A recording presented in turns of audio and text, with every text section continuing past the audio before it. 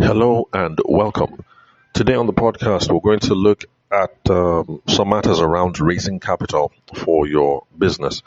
And the reason why we are talking about this today is because I had a phone conversation with a listener of the podcast whose name is King David.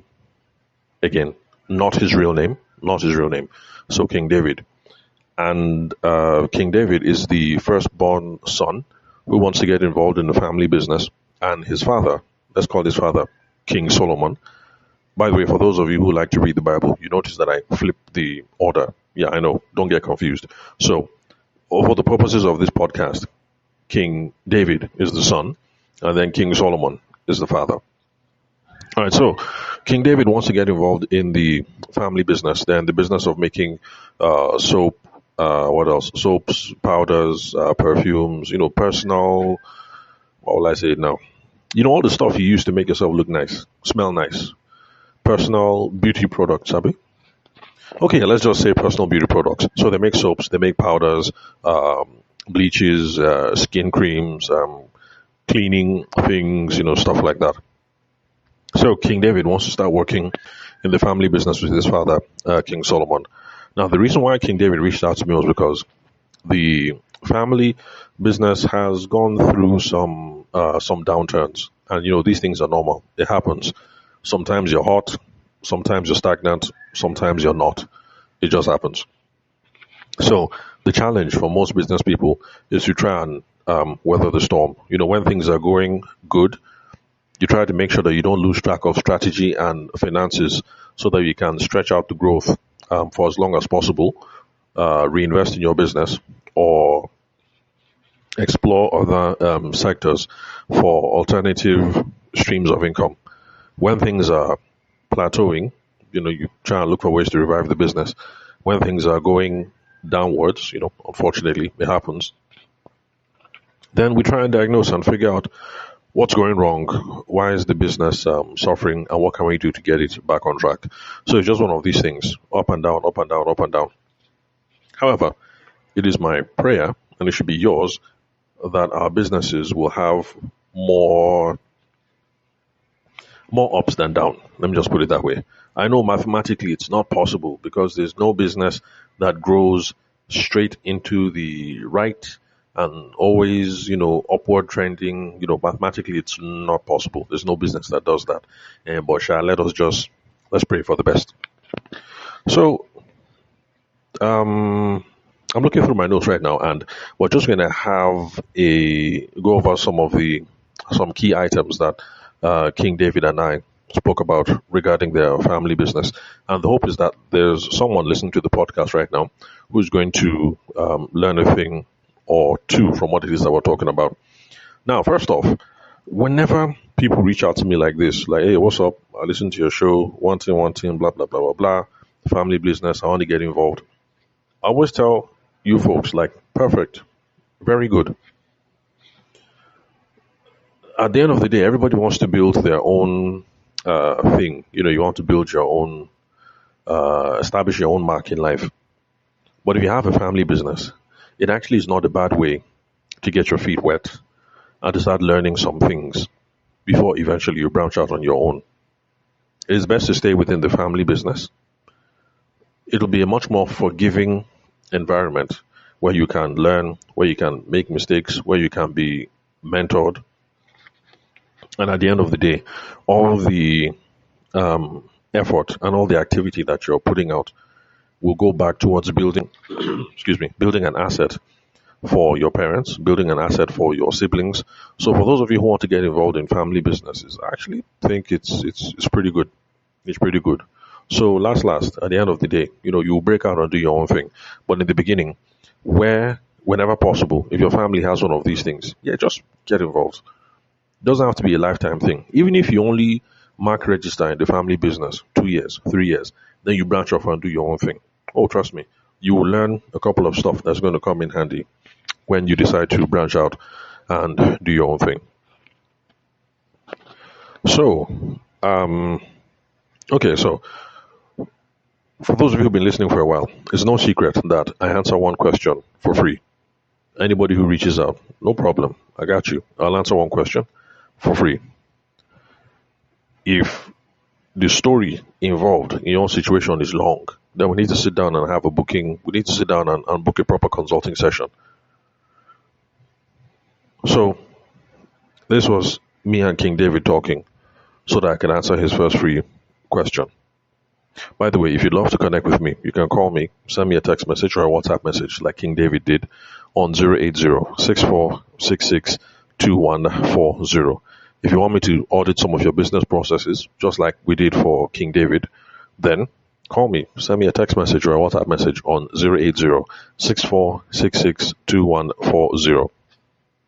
Or if you just want to join my WhatsApp channel, that's cool. Send me a message and I'll send you the link so that you can join the WhatsApp channel, and then you're going to get updates from there. Now, there's one reason why I wanted to talk to King David, because when King David was telling me about Popsy, King Solomon, how they started the business, where they've gone, Mopsy's involvement, and all these things, I kept pushing to them that, look, you know what, the story is plenty, but I'm going to answer one question. So just give me one. Give me one question, and I'll answer one question for free. Anything else you want us to keep looking at other issues, then we need to book a session. We'd exchange messages back and forth. They kept coming back on different questions, and after talking to his folks, the question that they came up with was how to raise capital effectively for the business, for the family business. How to raise capital effectively and how to raise capital efficiently. Now, I could have gone ahead and just answered that question, but I wanted to be honest with him, and I wanted to be frank with him. I tried to be honest and frank with all of you. In fact, that's a warning. Please, if you reach out to me, and if I say something and the thing sounds too harsh, I beg, no vex. I'm not trying to insult you. I'm not trying to demean you. I think I have a duty. I owe it to you that if you reach out to me and you ask me a question, I owe it to you to answer as honestly as possible. And so I told King David, you know what, let's talk. The reason why I said let's talk is because, honestly speaking, in my own opinion, their own diagnosis of what the problem was not the main issue. And so if they didn't treat the main issue, the solution would just be cosmetic. They will raise funds. The fundamental issues will still be there. And then when the funds dry up, what next? Back to square one. So that's why I wanted to talk to King David. So, because to be typing this kind of thing back and forth, it takes forever. So I got it will be quicker. Let's just hop on the phone, 15 minutes, sharp, and then just talk. So I told King David that, look, when you and your family, when people sit down and say that you want to raise capital effectively and efficiently, as you guys put it, I'm assuming that your concern is, when you say efficient, what you have in mind is you want a low cost way to finance the business. The guy said yes. I said, okay, no problem. Then when you say you want to raise capital effectively, it means you want to raise the kind of money that when you put it into the business is going to solve one or two problems. You guys said correct. Okay, I said, okay, no Allah. I understand you correctly now. So number one, efficiently, can we raise money low cost? Number two, effectively, can we raise the kind of money that when we shock it in the business, it will achieve one or two things? Okay. So I now have to be frank with him. And I get this question a lot, this financing question, whether from the podcast or whether from the radio show. People keep asking, how can I raise funds? How can I raise funds? How can I raise funds? See, it's unfortunate, but I have to tell you the truth. Not just King David, but anybody listening to this podcast, I have to tell you the truth. I have to tell you the truth. In Nigeria, we are in a period of hyperinflation. Hyperinflation just means everything don't they cost. any small thing, Donald Trump bombs Iran, something, something, something, things just go, they cost. Fuel will go up, this will go up, that will go up, house rent go up, everything go up. And in a period of hyperinflation, please, I'm not trying to kill anybody's dreams. I just want to be frank with you guys, with you, my listeners. In an atmosphere of hyperinflation, I'm sorry, there's no such thing as low cost financing. None. There's no cheap money. There is no affordable money. None. It doesn't matter where you go. If you go to the bank, the interest rate that they will give you, you will shout. If you go to microfinance bank, the interest rate that they will show you, well, you will still shout, but it will be better than bank. If you go to loan sharks, the money that they will call for you, you will shout. If you want to go and meet investors are looking for a business with solid fundamentals and then good hope for the future. So it doesn't apply in this case. If you're in the same situation as King David or King Solomon, I'm sorry, but raising capital, honestly, I don't think it applies because there's no cheap money as of now. Economy na cyclical. Things they rise and fall. So one day, money might be cheap again, but right now, money is expensive. So if you're looking for a loan, if you're trying to raise capital, be ready to pay accordingly. In fact, one of my clients in Lagos who sells solar, that's the problem that they face. People say, oh, your system, blah, blah, blah. This is the best. I want it, but I don't have 50 million. They say, oh, no problem. We have financing packages. Okay, so no problem. We'll hook you up with the financing company. Once they talk to the financing company, they'll now come and say that, the interest that they're looking for is much. It's unfortunate, but that is the case. There's no cheap money in Nigeria. Money is expensive. The only cheap money that you will get is if you go and meet friends and family members. Those ones that will give you cheap money. Your family member can give you, 2M, 3M, 5M, and say, you know what, just take this thing, but I need this money back by this time, next year. So they've given you 5 million. What they want to collect is 5 million. So that's cheap money because the interest is zero. In fact, the interest is now negative because remember, we're now in hyperinflation. So that means when somebody gives you 5 million naira today, you pay back 5 million naira next year.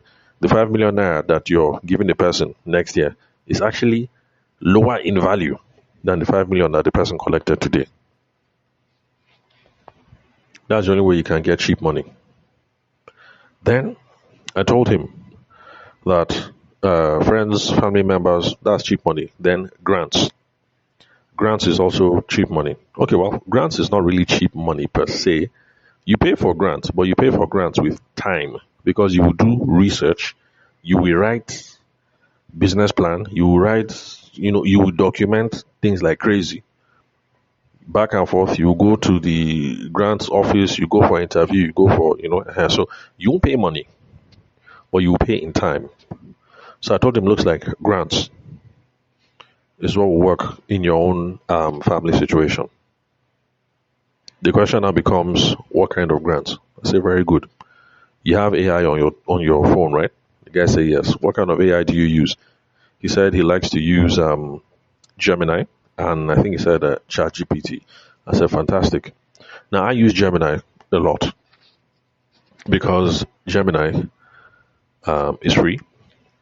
Then it's also part of the Google ecosystem. So if anything happens to my phone today, all I have to do is just pick up another Android phone, sign in with my Google account, or even get a laptop, sign in with my Google account, and then my contacts are there, my previous history is there, everything is there. So that's the reason why I use Google products. And no, Google has not paid for advertising on this podcast. And by the way, if you work in Google, you like the podcast, and you want to support your boy, let me know. I'll be open. And make sure that when people are paying for sponsorship, please be quoting me in dollars. Don't quote me in naira. So I told him, what we're going to do is you're going to use the AI tools readily available on your phone to look for grants. Now, thankfully, he was open to that. Some of you will say, is this not being lazy? No. This is not being lazy. Use AI tools for research and use AI tools for ideation. I repeat, use AI tools for ideation. You want to come up with ideas. Also use AI tools for research. You know what it is you want to do. You're not sure what it is that you need to do next. You need to gather more information. Use AI tools for that. That is what they are best for, in my own opinion. Too many of you want to use AI tools to automate your sales processes, or you want to use AI tools to create content. And, all those things are not bad, automation and content creation. But the main value you will get from these tools is you just use it as a reasoning partner. And it's not lazy, because this is what we have always done. King David reaching out to me, is it not the same thing as using an AI tool? The difference is just that me, I'm flesh and blood. He reached out to me for some ideas. The AI tool is computer chips and algorithms. It's the same exact thing. If you're okay with reaching out to a human being to come up with ideas, be okay with going to your AI tools to come up with some ideas. Now, to give him an example, what I did was I used Facebook. Sorry, not Facebook, because, I think was last week I did this episode where I spoke about Meta's AI tool. That's if you use WhatsApp. It's called WhatsApp Business Assistant, I think. So let me open my WhatsApp. One moment. I'm using this phone to record, so let me just check it to be sure.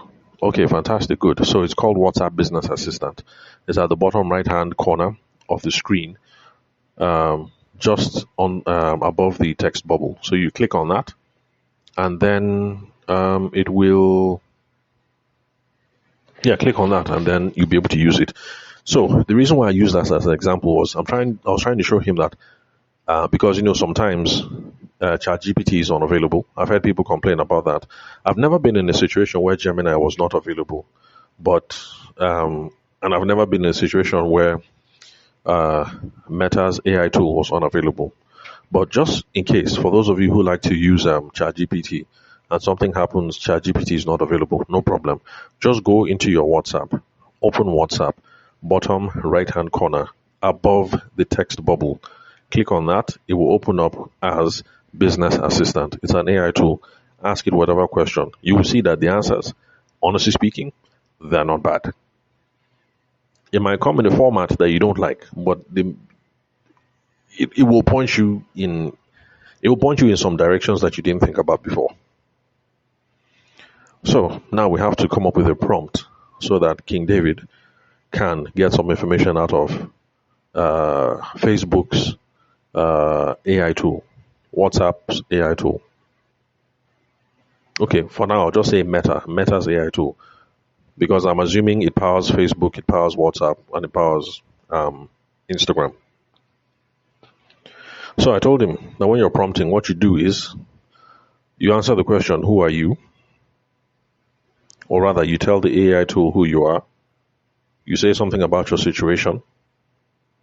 And then you now put the question that you are considering. So that when you do it that way, you're going to get good recommendations from the AI tool. So as we were on the phone, I just went straight into WhatsApp, and this is what I typed out. This is the prompt. Now, some of you are not getting good results from prompting AI tools because you are just putting in things like how to raise finance in Nigeria. That's a useless prompt. How to raise finance in Nigeria. It will give you 1,000,001 resources, and it will be stressful. So you need to be much more particular. So this is what I typed in. Let me read. I'm in the text message now between me and King David. I'm the firstborn son who wants to get involved in the family business. I live in Lagos, Nigeria.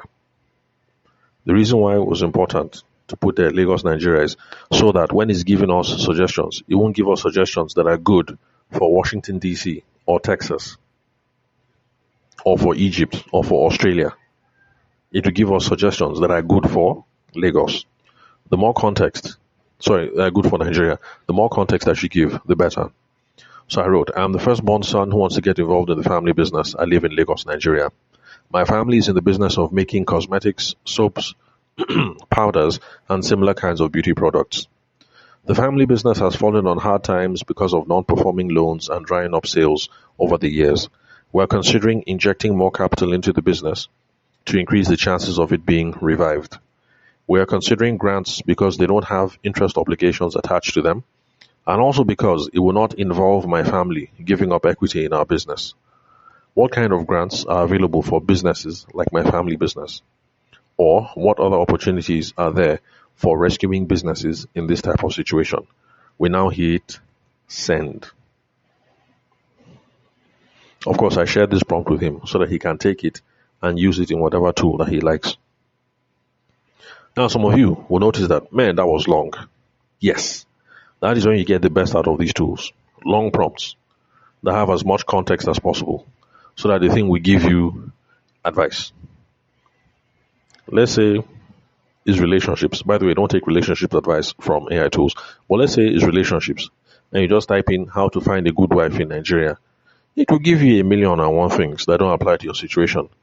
But if you say, I'm a young Muslim man living in Ilorin and I'm desirous of marrying a faithful Muslim young lady between the ages of 18 to 22, what suggestions can you give me for finding a good wife? You will find that it will give you some very, very, very specific and relevant suggestions. If the thing pulls up dating apps, you'll be surprised that it will even show you dating apps in Yoruba language, that are Muslim centered and stuff like that. Just try it. You never know. But the advice will be specific to you. The first time I tried it for someone, he was shocked. The person was a farmer. Yeah, a farmer. Person is a farmer. Yeah, because he's still alive. Person is a farmer. He just lost his job. He wants to start doing farming by himself. This AI tool, WhatsApp Business, it was calling specific markets in Abuja, in specific local governments that I've never heard of before. But of course, this guy knows the local governments and he knows the village markets. So the thing was making sense. The more specific your prompt is, the better. So don't just put in how to find wife in Nigeria. You put in, I'm a Catholic, Christian, young man, 42 years old, living in Oka in Anambra State. I'm desirous of marrying a Christian young lady, Catholic or Pentecostal, but must not be Muslim, between the ages of 18 and 22. Give me good ideas for finding a wife. That kind of long prompt. Will give you something, and when you look at, you see that the thing will make sense. Now, away from relationships and back to business, which is what we're doing. So, this is what Meta's AI tool responded. And by the way, I was doing all of this in WhatsApp. I didn't leave WhatsApp and go to another app. All this typing was still in WhatsApp. So, it now came up with grants available for businesses in this particular business category. You see what I'm saying? If in the beginning, all King David did was go into a WhatsApp, into an AI tool and say, give me business grants in Nigeria, it will give a list of 100 and something business grants. It is now you that have to now start checking one by one. Do I qualify? Do I qualify? That is hard work.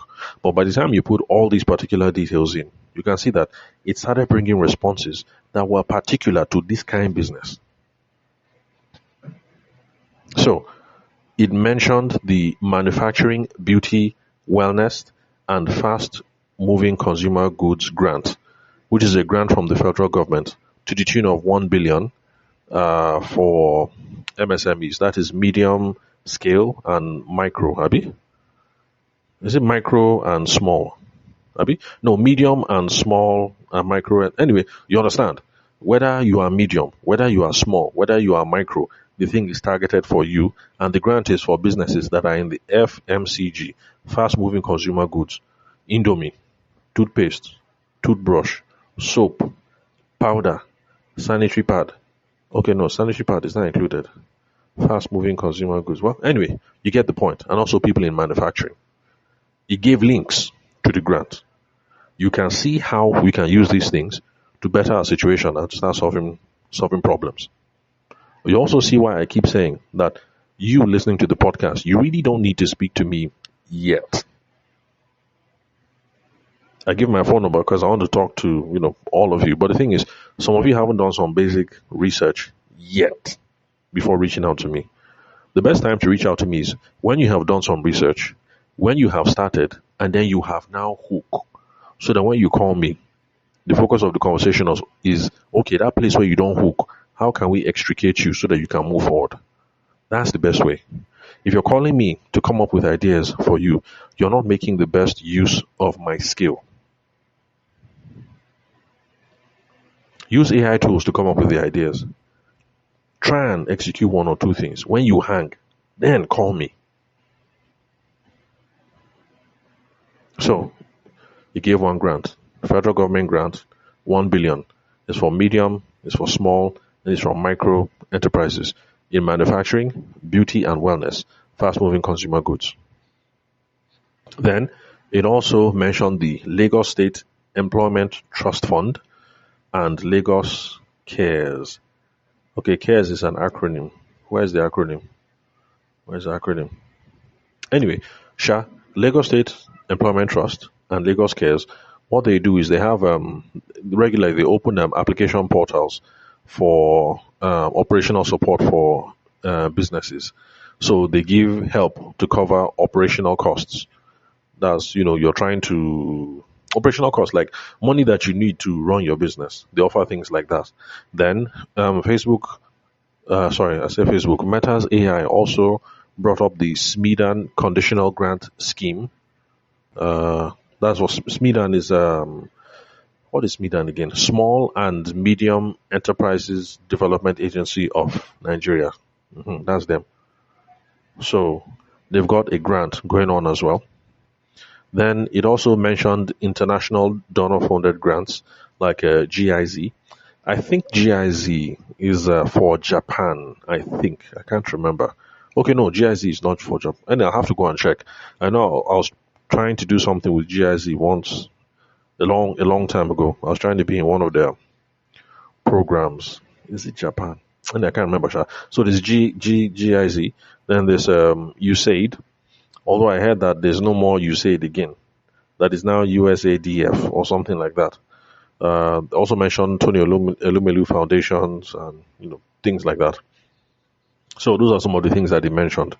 Now, can you now see that if you're in the same situation as King David, trying to get into the family business and work under his father, King Solomon, and people are looking for grants, can you see that in WhatsApp, without going anywhere else, you can get a list of 4 or 5 grants, so that Monday morning, 8 o'clock, as a family, you people will sit down and say, okay, good. We are going to apply for, we've looked at these 5, 3 of them make sense, we'll apply for these 3. And then people start coming up with a plan. What documents do we need? Who is going to visit the head office, or who is going to call, you can come up with a plan as a family to rescue this family business. Then it also spoke about debt restructuring and stuff like that. All those ones, they know to apply in this case. But see, this is the reason why I say that if it gives you a bunch of options, there are some that you understand, some you don't understand. The ones that you don't understand, leave them. The ones that you understand, apply. So, debt restructuring. Yes, technically speaking, it will apply, but that's like an advanced technique. So, it doesn't apply to this situation. So, we ignore. It also spoke about asset management, debt to equity swaps, things like that. But all of those ones are advanced things. So there's no need to be looking at those ones. So you can see that it answered in 3 stages. Number 1, it gave grants. Number 2, it spoke about debt restructuring. Then number 3, it spoke about asset management. We just ignore number 2, ignore number 3, and then apply number 1. And that's also something I keep telling people. It frustrates me as, Somebody will say, "Hey, I don't use the tool because it talks about things that are irrelevant and blah blah blah." And so you search. The thing gave you three ideas. Two are irrelevant. The one that is relevant, did you even apply? Be complaining. The thing is not perfect. The thing they hallucinate is bringing up irrelevant blah. Gosh, that thing just blows my mind. We should stop complaining. These tools are here and they are free. They haven't started charging us for these tools yet. Now is the time to use it. I won't be surprised if in another 5 years or so, they'll now start taxing us that, okay, to use Google Gemini, you should be paying 10K every month. In other parts of the world, they pay. I was talking to one of my cousins and he needed to transcribe something. I was like, oh, I just use Google Transcribe. The guy said, nah, that he has to pay for it. I said, you will pay for Google Transcribe? He said, yes. I said, in Nigeria, it's free. He said, well, that I can't, yeah. He said, well, that in America, they pay for Google Transcribe. So use these things now that they're free. Google Transcribe. Use it to be transcribing all your meetings. Gemini. Use it to be coming up with ideas. Use it to be creating minutes of meeting. Use it to be coming up with content for your business. Use it to come up with proposals and stuff like that. Right now, it is free. Use it. The time will come when they'll start charging us 10K per month. So let's see what else. Anyway, so it came up with plenty suggestions, like 7, but it's just that main one that that makes sense. Just the first part that makes sense. Let's see what else. Okay, it even mentioned the Bank of Industry. I forgot. Bank of Industry. Yes, also has some loans. He gave links. Then Development Bank of Nigeria. Okay, no, Development Bank of Nigeria. I think that one is technical assistance. Abi? Okay, funding and technical assistance for the business. Then CBN also has some intervention funds. But with all of these suggestions, it was giving links, so that if you like this one, you will click. It will take you to the web portal. You will go and see all the information that is there. Okay, sorry, let me close the chat window because I think, yeah, that's all the information I wanted to get from the chat. So you can see that we came up with some good ideas.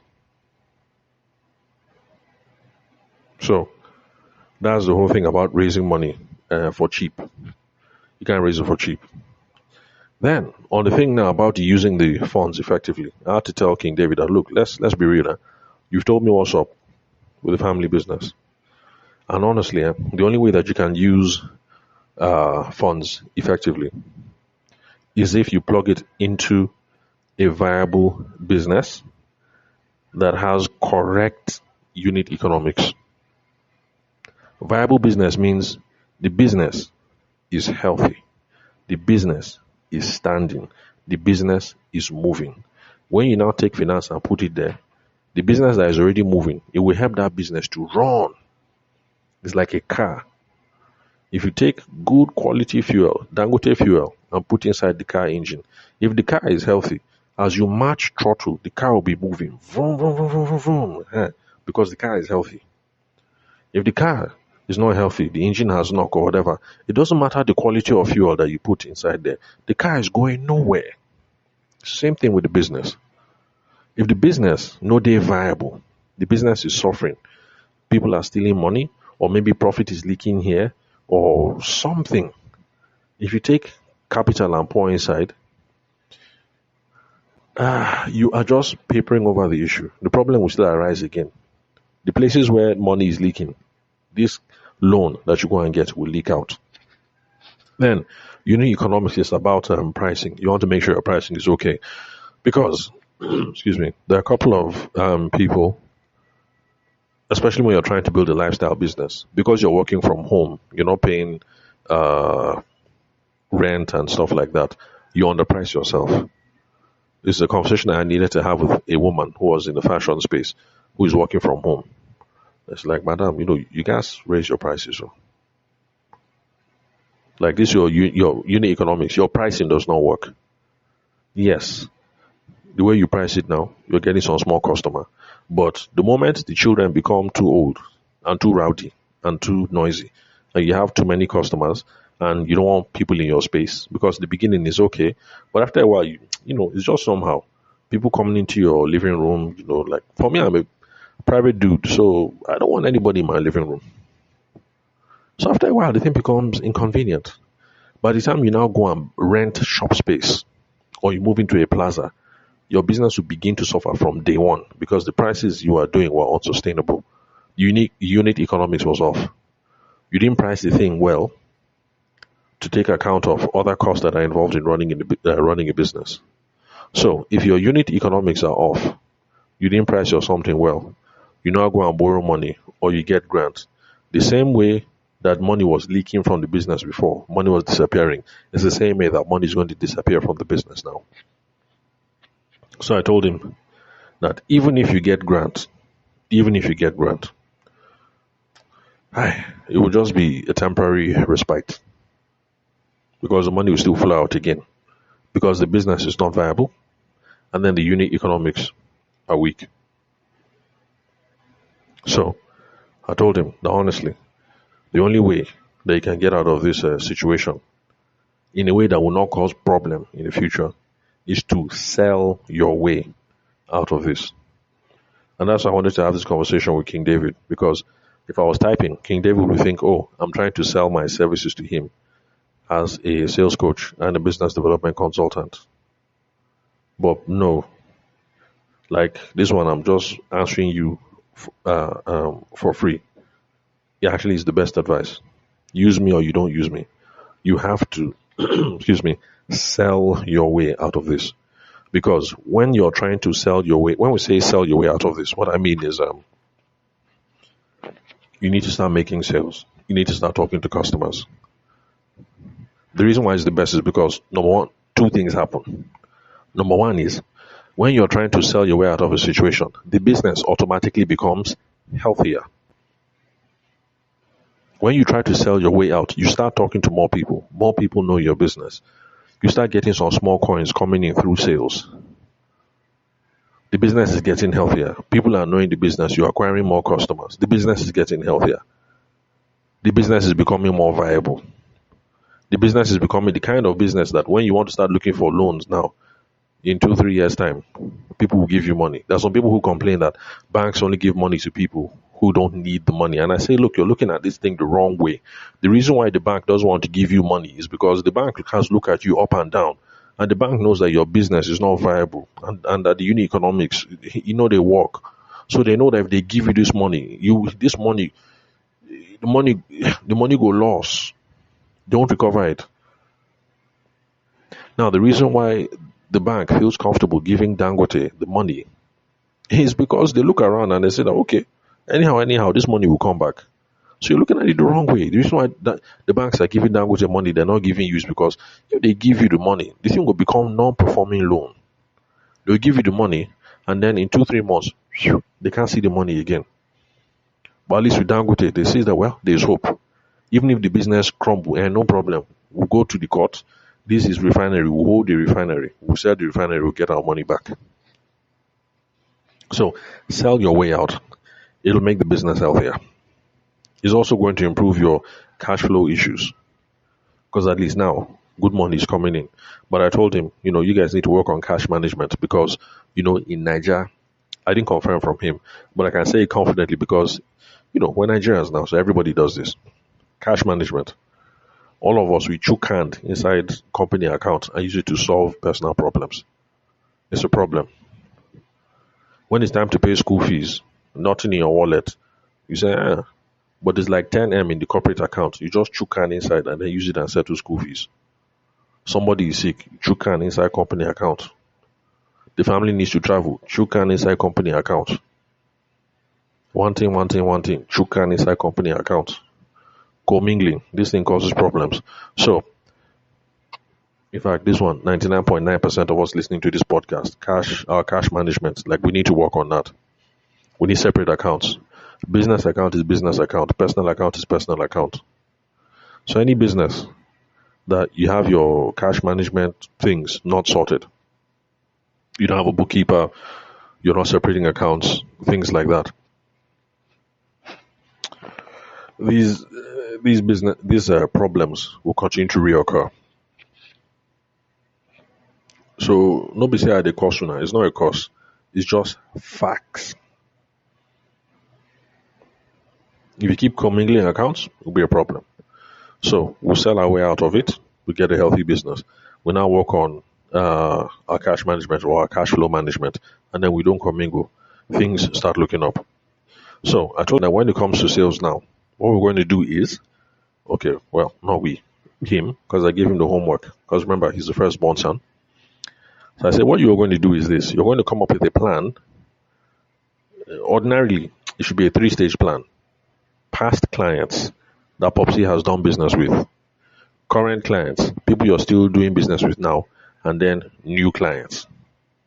But I told him, this new clients, that one is a different headache. So let's just leave new clients in front. I told him, you now come up with a plan for past clients and then current clients. Because for past clients and current clients, you can still liaise with Popsy, King Solomon, and get guidance and get some information that you need. So the scope is this. For past clients, you reach out to them. And the goal is to get past clients to buy again. I repeat, the goal is to reach out to people who did business, who bought from the family business in the past, but you haven't been seeing them. Try and get them to buy again. Then people who are current customers, what you do is you try and get them to up their purchase. So if it is that normally they do buy maybe like once every 2 months, we'll try and see how we can get them to be buying every single month. Or we'll try and let them know that we have new things so that they can be buying. Now, the reason why I said he should take this approach is, well, to God be the glory, Popsy is still alive and Popsy still has all these contact details. Since these are people that know Popsy, and since these are people, some of them have seen you from when you are small, it will be an easier conversation to have than going out to go and talk to total strangers. Talking to total strangers is scary. So if you can practice on the people that you already know, people that already know Popsy, once you call the surname, they'll say, oh, you're Solomon's boy.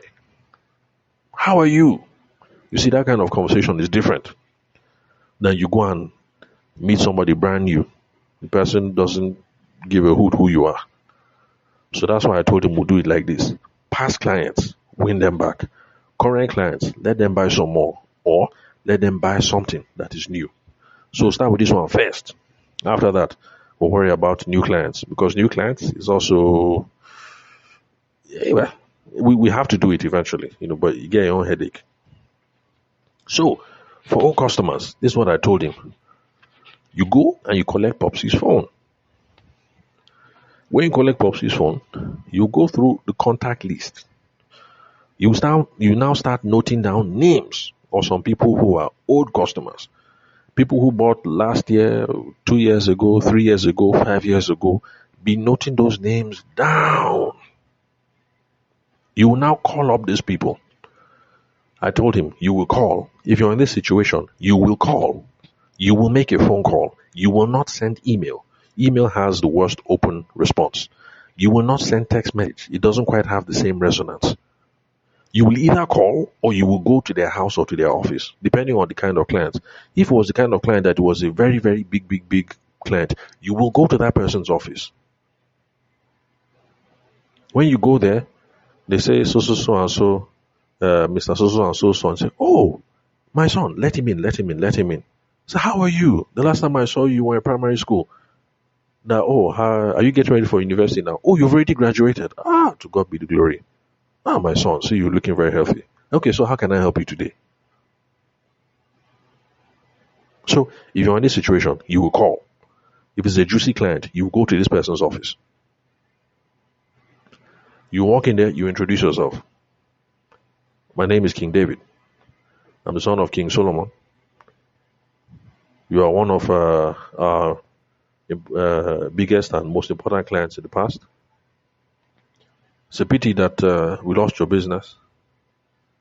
And the reason why I'm here, sir, is I'm really, really desirous. I'm really, really interested. I want to see how we can resume this business relationship that we had in the past. Because I'm assuming that while you did business with my father served you very well. And I want to make sure that, under my leadership in the business, that will continue to serve you well with that. Are you open to that, sir? Are you open to that, ma? That is the approach. Start the conversation like that. Hear where the thing goes. And please, this conversation is best had over the phone, or if they are worth it or within reach, face to face. Then hear what it is they have to say. If there's any substantial issues, maybe like, well, I enjoyed working with your father, but then quality dipped and blah, blah, blah, blah, blah. Don't make excuses. Just note it. Note it. Listen first. You can come back with ideas later. But that's the scope. Go to the old customers. It's been a while, sir. We know they see your face again. Wait here happen now. I want us to reopen this thing. That's the scope. Then, for new customers, before we even get to current customers, he asked me about King David asked me about credit. I guess this is also another thing that makes us suffer in our business is credit. So I told him that look, credit, it's not as if it's a problem per se, but the main problem is that a lot of us, especially family business owners, lifestyle businesses, the problem is we look at credit on a we do it on a face by face basis or a case by case basis. So if Madam Sylvia comes, we won't give her credit because we don't like her face. If Bros Chukudi comes, we like his face, we'll give him credit and he will only pay 20%. If sister so and so comes, because she's a family member, we'll give her credit 100%. She can carry the goods, then she will pay later. That actually is the biggest problem. We haven't sat down as family businesses to decide on the credit policy. So you need to sit down as a family and you need to decide. So the first question is, are we giving credit? Are we not giving credit? If we are not giving credit, then everybody should stand firm. And I told King David, you should use yourselves as excuse. I use my wife as an excuse all the time. Somebody asks me for something, I'll say, bro, you know you're my guy now. So ordinarily, I feel like doing like this. But bro, if I agree to this thing, my wife go vex. The house will be hot. I beg. I'm using my wife as an excuse. Do the same thing too. I even told one person that, well, yeah, if you can talk to patients, then sure. If she says yes, I'll do it. Because I trust my wife now. I know my wife, she will shut it down. So use yourself as an excuse. Family business. But people should stand firm. When Popsy is weak, he should use Momsy as an excuse. When Popsy and Momsy are weak, they should use you, the children, as an excuse. That the children are tired of credit. Children, when you are weak, use the parents as the excuse. But everybody, stand firm. No credit, no credit. Then, if you decide on credit, this is also where the problem comes. There's no clear policy. So you need to have a meeting and have a clear policy. My own advice to them, my specialty is sales. So take all these things I'm saying with a pinch of salt. Now, my own personal advice to them, I don't know about cash flow management and stuff like that. I told them that, look, never allow people to carry something and they didn't drop anything. They must drop something. Must. Me personally, because I came from the event space, traditionally, I don't know about now, in Abuja, back in those days when I started. In Lagos, I started in Lagos. Well, actually, I shot one wedding when I was in Aberdeen, Scotland. In Scotland, they collect 100% ahead of time. That's just the tradition.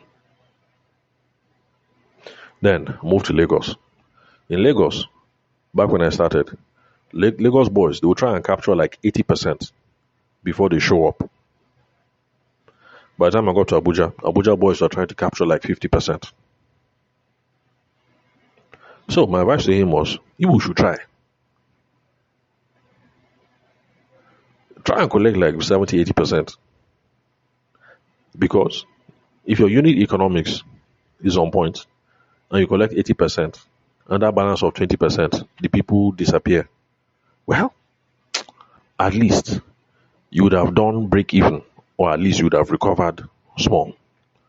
And then he said, what if people break the agreement? And I told him, that is precisely why you collect 70, 80%, because this is Nigeria. Money, apart from money being expensive, the judicial system is also expensive.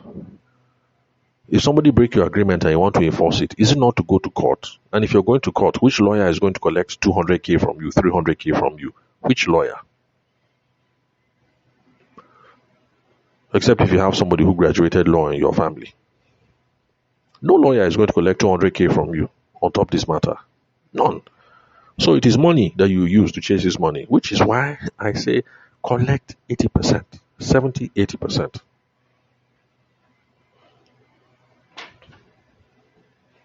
So that was on this matter of down payment. But agree as a family. And once you agree, stand firm. If Popsy is weak, you should use Momsy as an excuse. If Momsy is weak, you should use the children as an excuse. If your children are weak, you should use the parents as an excuse. All of you, use each other as an excuse. Don't be shy. All of us, we all do it. Even those ones that are not family businesses, they do it. Some people can say, oh yes, I would love to do that because you're my guy. But I have to report to the chairman of the board.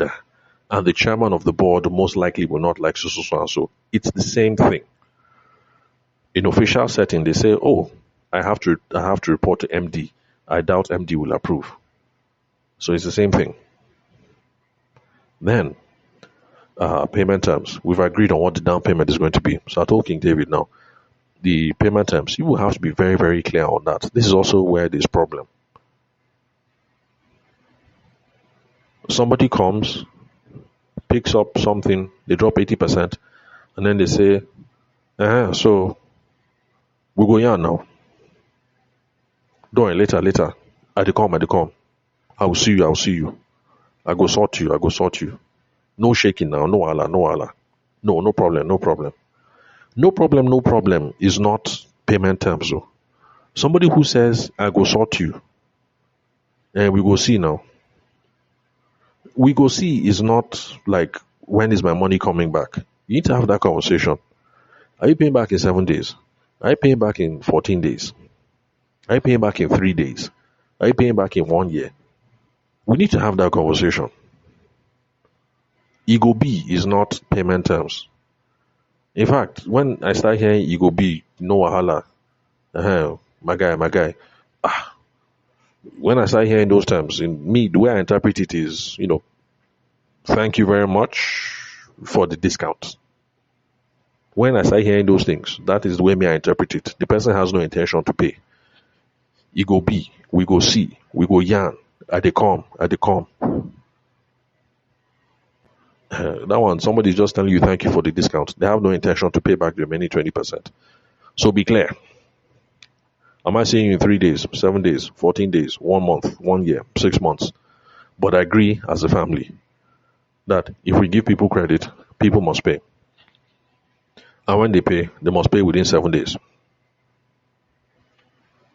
When it is clear that somebody is supposed to pay in 7 days, you now set up systems to remind yourself so that the person collects something on day 1.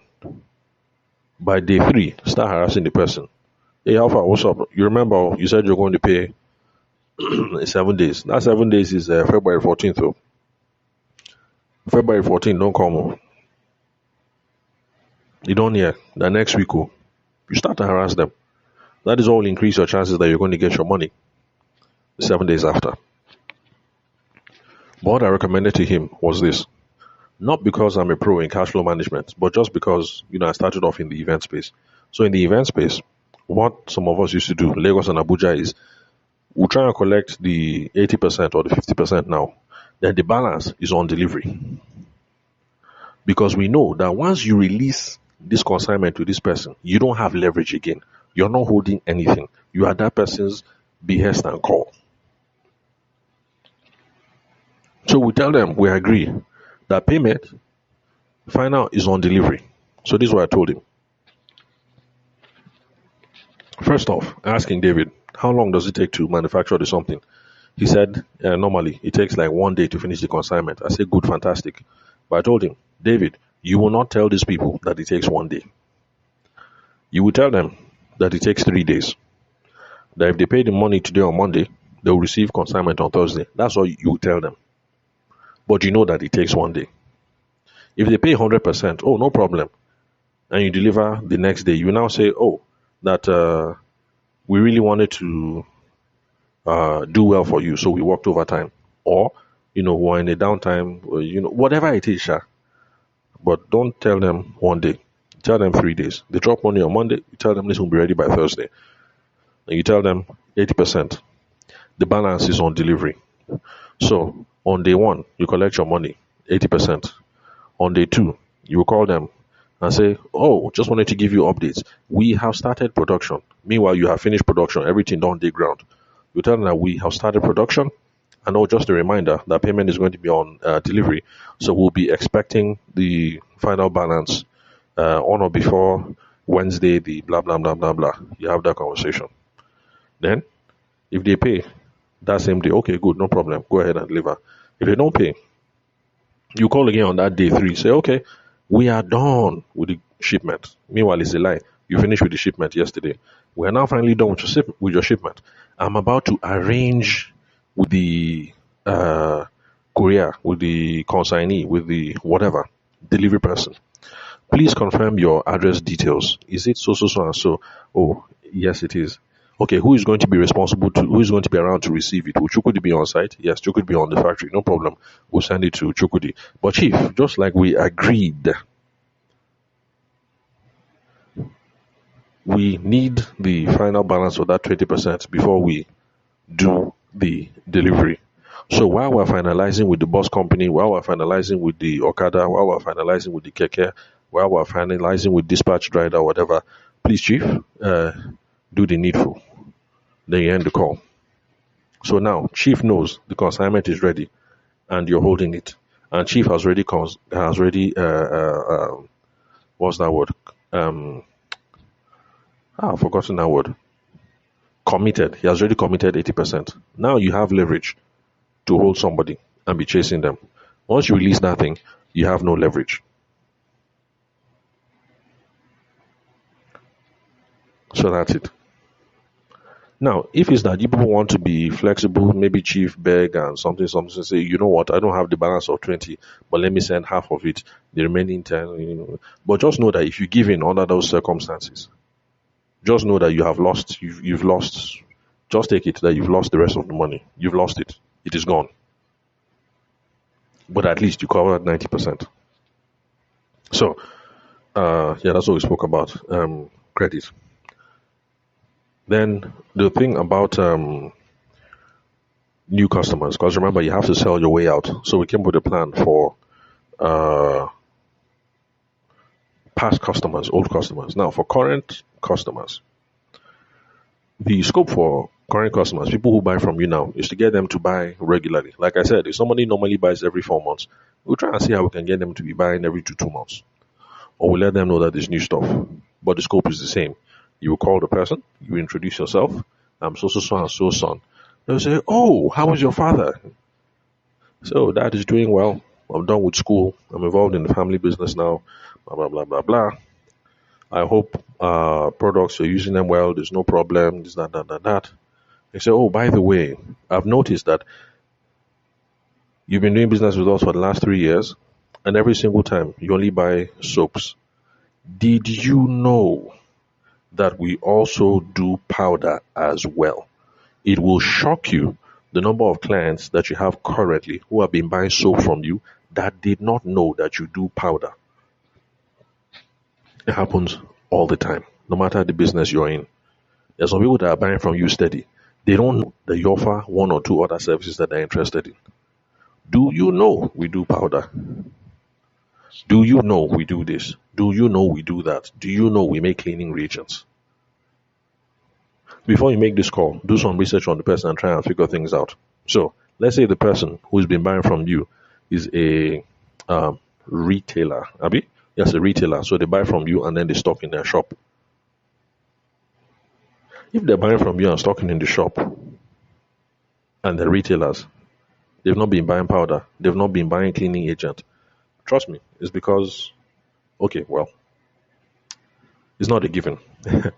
But there are some who haven't bought from me because they don't know that you offer these other products. So call them, let them know. We do this, we do this, we do that. So that's the scope for the current customers. You go and meet Popsy, collect Popsy's phone, open it, you check the contact list, you go into WhatsApp, you get the names of the current customers. Let Popsy know ahead of time, just in case there's any compromising message inside WhatsApp. So you don't go and see the kind of thing that will scatter your family. But go into the contact list, get the information that you need. This is a solid plan. So I told King David, for the next 1 month, devote yourself to these two activities that I've said. You start seeing some changes in the business. The changes won't be immediate because it typically takes maybe like 2 or 3 months for you to start seeing the Naira and Kobo. But at least the morale for the family will move. It will shift. People will start smiling small because it looks hopeful. When you're talking to 20, 30 people and you're kind of hopeful that maybe 6 or 7 deals might click, there's a way that the atmosphere in the house will be, even though the money has not come in, at least there's a way that the atmosphere will be, I don't know the word I should use now, but you get the atmosphere will be up. For those of you who are from praying families, there will now be something that you can start praying towards now. And for those of you, firstborn son, firstborn daughter, you want to get into the family business, the prayers that will follow you from your parents. I say the prayers that will follow you. That things went up, things were stagnating, things were going down, but then Chineye stepped in. And then our fortunes were overturned. The way that your mother and your father will pray for you, and your uncles and your aunties will bless you. Anyway, let me stop there. So that's it. I think that's just the major thing that I wanted to talk about. So yeah, if you want to connect with me like King David did, you can call me, send me a text message or a WhatsApp message. The number is 080-6466-2140. If you want me to audit any processes in your business, yeah, I can do that. 080-6466-2140. If you want to be on my WhatsApp channel, not a problem. Send me a message. I'll send you the link, and so you can get hooked up. But just know that I'll answer one question for free. It's only going to be a 15-minute conversation. But think real hard and fast about what your one question is. Typically, what I do is, because a lot of you ask the wrong questions, but the thing is, I'm not going to help you. Whatever question you ask, I'll answer. It's just like in King David's case, this thing was really